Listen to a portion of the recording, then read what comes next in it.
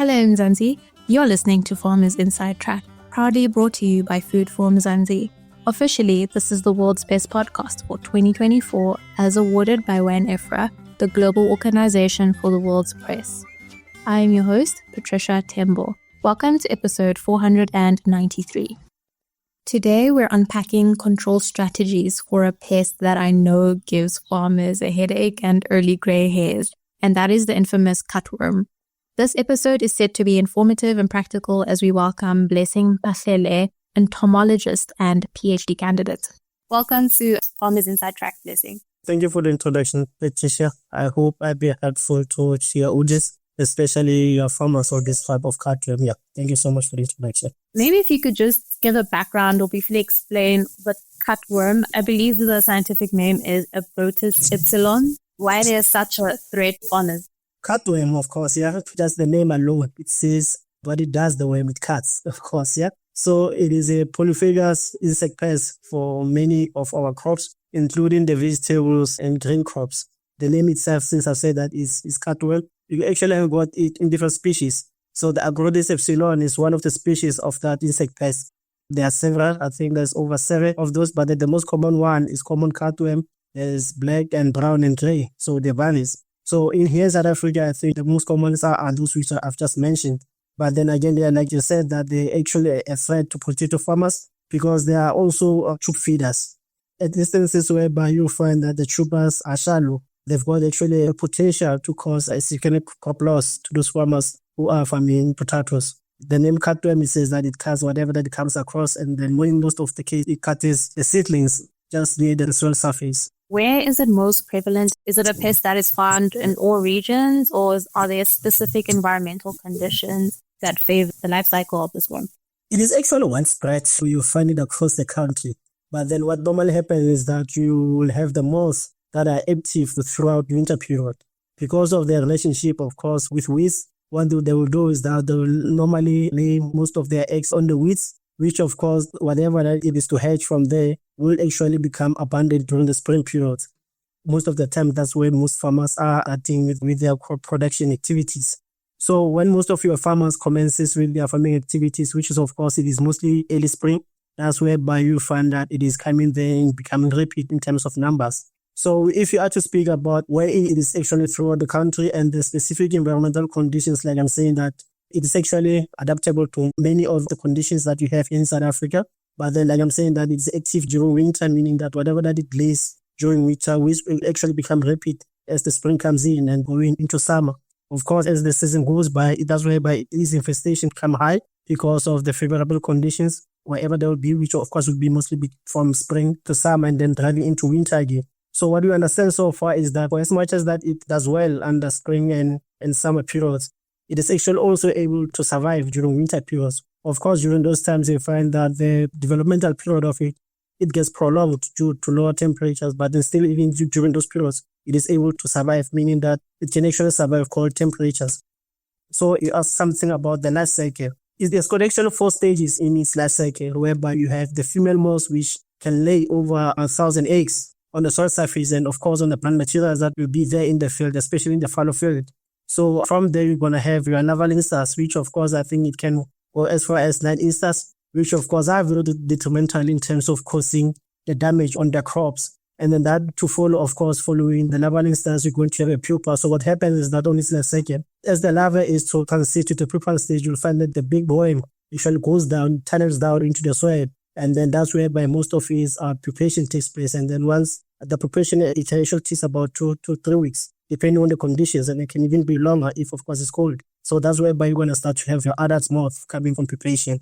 What are the early signs of infestation that farmers can look out for? And if you could use the example of potato farmers, just because they're quite vocal about that. So the early indications of this culprit in your field is that you notice wilting and stem losses of your seedlings there and there. At cases whereby you find that the larvae is old enough, of course, they're going to start cutting on those seedlings there at the bottom. And then when you find that the larval instars are still small, tend to have some small holes on the leaves. So these are some of the things that farmers should look into when doing the scouting of their field. Look for wilting and the stem loss of seedlings, which of course are the early signs of the presence of this particular insect pest in the field.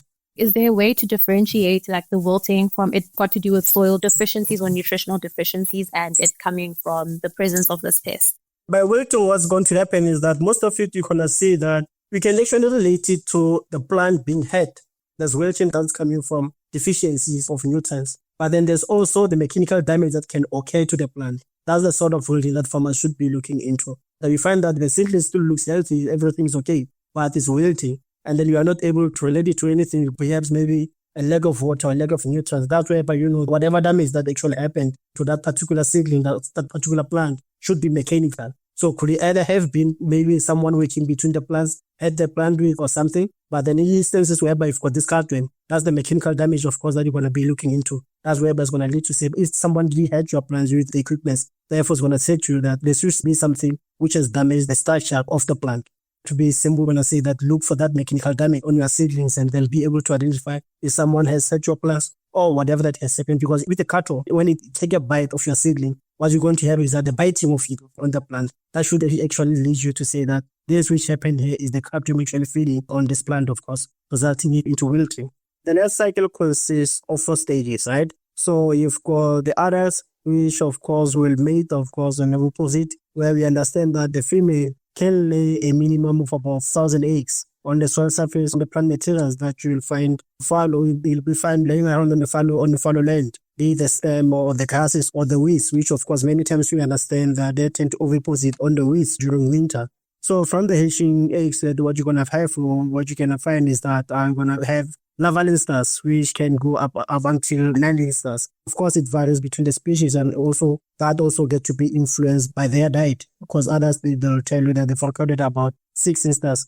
From larval instars, we understand that the larvae will transit to pupa, which of course you understand that larvae will go deep into the soil, whereby it does most of its pupation. And from that pupation, it will take about 2 to 3 weeks, depending on the conditions, before it transits to the adult moths. So basically, it consists of 4 stages, and the larval instar is the detrimental stage of this insect, as it does the cutting of the seedlings, causing damage to your crops. So that larvae stage is the stage that affects crops the most? Definitely. How would a farmer then target that larvae stage? What are the best methods for monitoring a cutworm population? Monitoring for infestations. So we normally advise farmers to scout their plants. Scouting is the best monitoring system, because now we understand that the cutworm spends most of its time under the debris or drill deep down into the soil, because it's nocturnal, of course, yeah? It's very rare for farmers to find it crawling between its plants. So what it does is that it waits up until late in the evenings or at night to start doing the cuttings. So scouting is the best method to monitor this pest. So what farmers can do is that if they tend to have some weeds around in their field, they also try to look around those weeds, especially those which have got extended surface. So what they normally do is that they find those kind of weed species which are spreading on the ground to be very ideal for habitat. So they normally lie or maybe hide below the materials of those which are around. So this is whereby farmers, because we understand that monitoring it, especially scouting for it, can also be intensive. But then we also advise farmers to dig holes, of course, where they've got weeds which are extended, covering the surface around those weeds, and then they try to dig a little bit deeper to see if whether there's anything on the soil.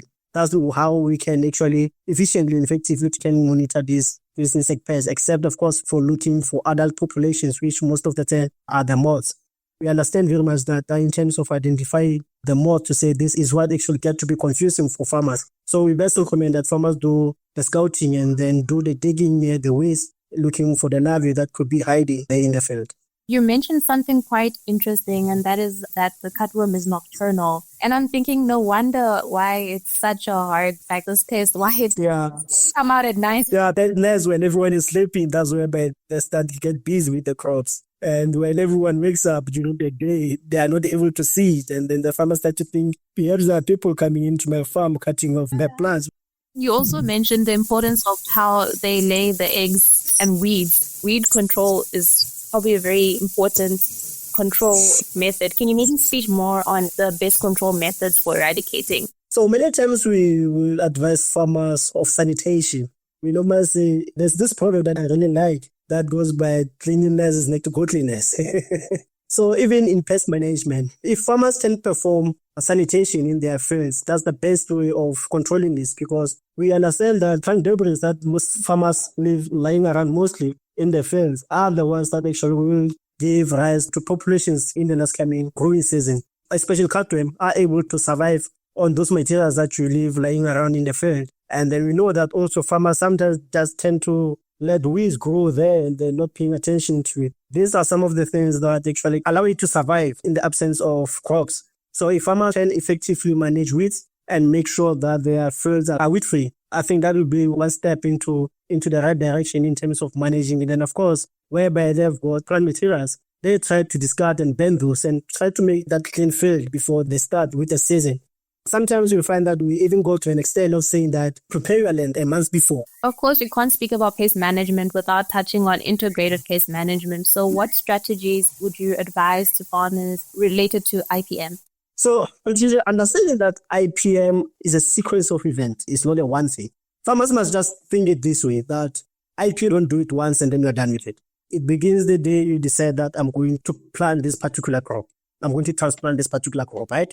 If farmers can understand very well that which methods works better with what. For example, now, like we were talking about sanitation. If a farmer perhaps find out there's been infestation in the field, part of the cultural methods that is there is to prolong your planting, manipulating your planting date, which of course also falls within the cultural methods. So if farmers can try to do, like I was saying before, that keep your field clean, which is sanitation.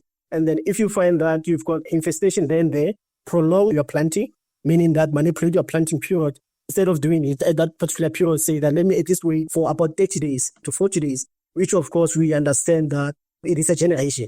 So meaning that in the absence of food, whatever generation that is there is going to be reduced. So considering that cutworm, it moves between the plants.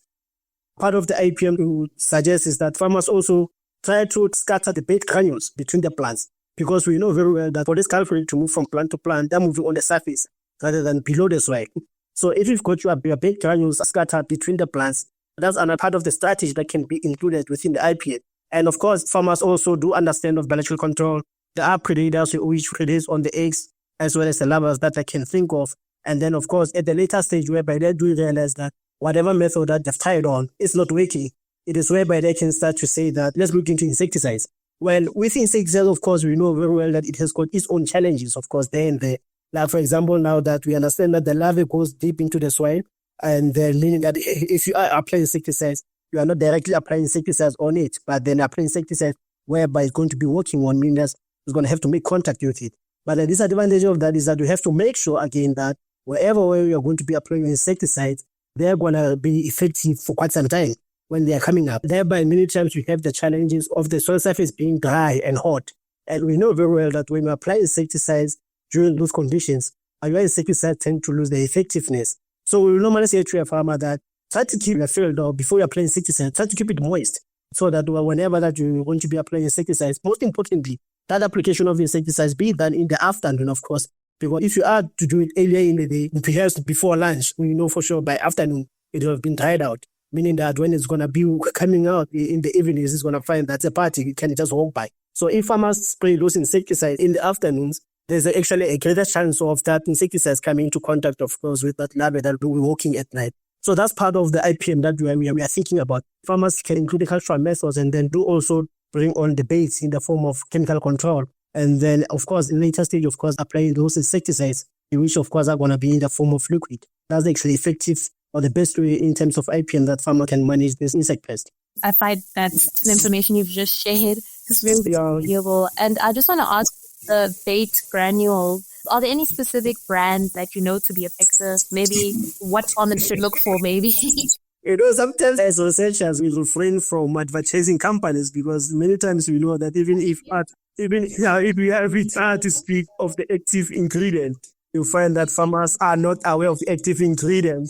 But then what I can suggest is that farmers try to contact their local advisors. I'm sure they should be able to lead them to the right direction in terms of which baits they can purchase. But then if they've got the resources, of course, of contacting those chemical companies, I'm certain that they can assist them in terms of which baits that they can buy. But then I'm certain that they can still get them from those chemical companies. So farmers should just speak to the experts and see what active ingredients to look for when purchasing these. Not necessarily active ingredient, but then to just say that we can get what you call the base actually to manage the cutworm. And maybe, of course, any of the agents in their areas, they should be able to advise them where they can get the base from. Wrapping up now, speaking to small-scale farmers, we know that costs are usually, something that's on the mind and how they can afford to prevent these pests, because financial inputs is always a thing. And, what advice do you have for farmers who want cost-effective strategies for managing the cutworm? I know you mentioned cultural methods, but to supplement that as well, are there other cost-effective strategies? So looking at the budget means that we want to cut costs, right? Meaning that management should be cheaper but effective at the same time. At this point, I don't think there's any point. I cannot think of any approach that you can use except that of the cultural method and, of course, of employing natural resources. But then what you understand also is that the control agents, they tend to have the difficulty of managing these insect pests, and then many times it leads to economic crop losses, of course, yeah, and then forcing farmers to go down that route of insecticides. So except for cultural methods, of course, which have the measures I've explained, and unfortunately, I cannot think of any other cost-effective way that farmers can do. But then with what I've said around the cultural method, I think those are the basics, of course, for crop production. So I don't think there's anything else above from what I've said that they can start to think of in terms of managing. So keeping their land free from weeds and free from plant debris is the best cost-effective way for farmers to manage the cutworms, of course. Thank you so much to Blessing Mphahlele, who is an entomologist and PhD candidate. For more information on this topic, you can visit www.foodformzansi.co.za. And that brings us to the end of this episode. Remember to subscribe to our podcast on your favorite platform. From me, Patricia Timbo, our technical producer, Megan van der Vent, and the rest of #Team Food for Mzansi, thank you for listening. Africa's dopest gathering for young farmers is back. Don't miss your chance to join the who's who's of agriculture, from top-tier experts to game-changing farmers at the Mzansi Young Farmers Indaba on 1 and 2 April 2025 in Pretoria. Early bird tickets are now available, so head to farmingindaba.com to get your full access pass for a discounted price. That's farmingindaba.com for early bird access to a full access pass.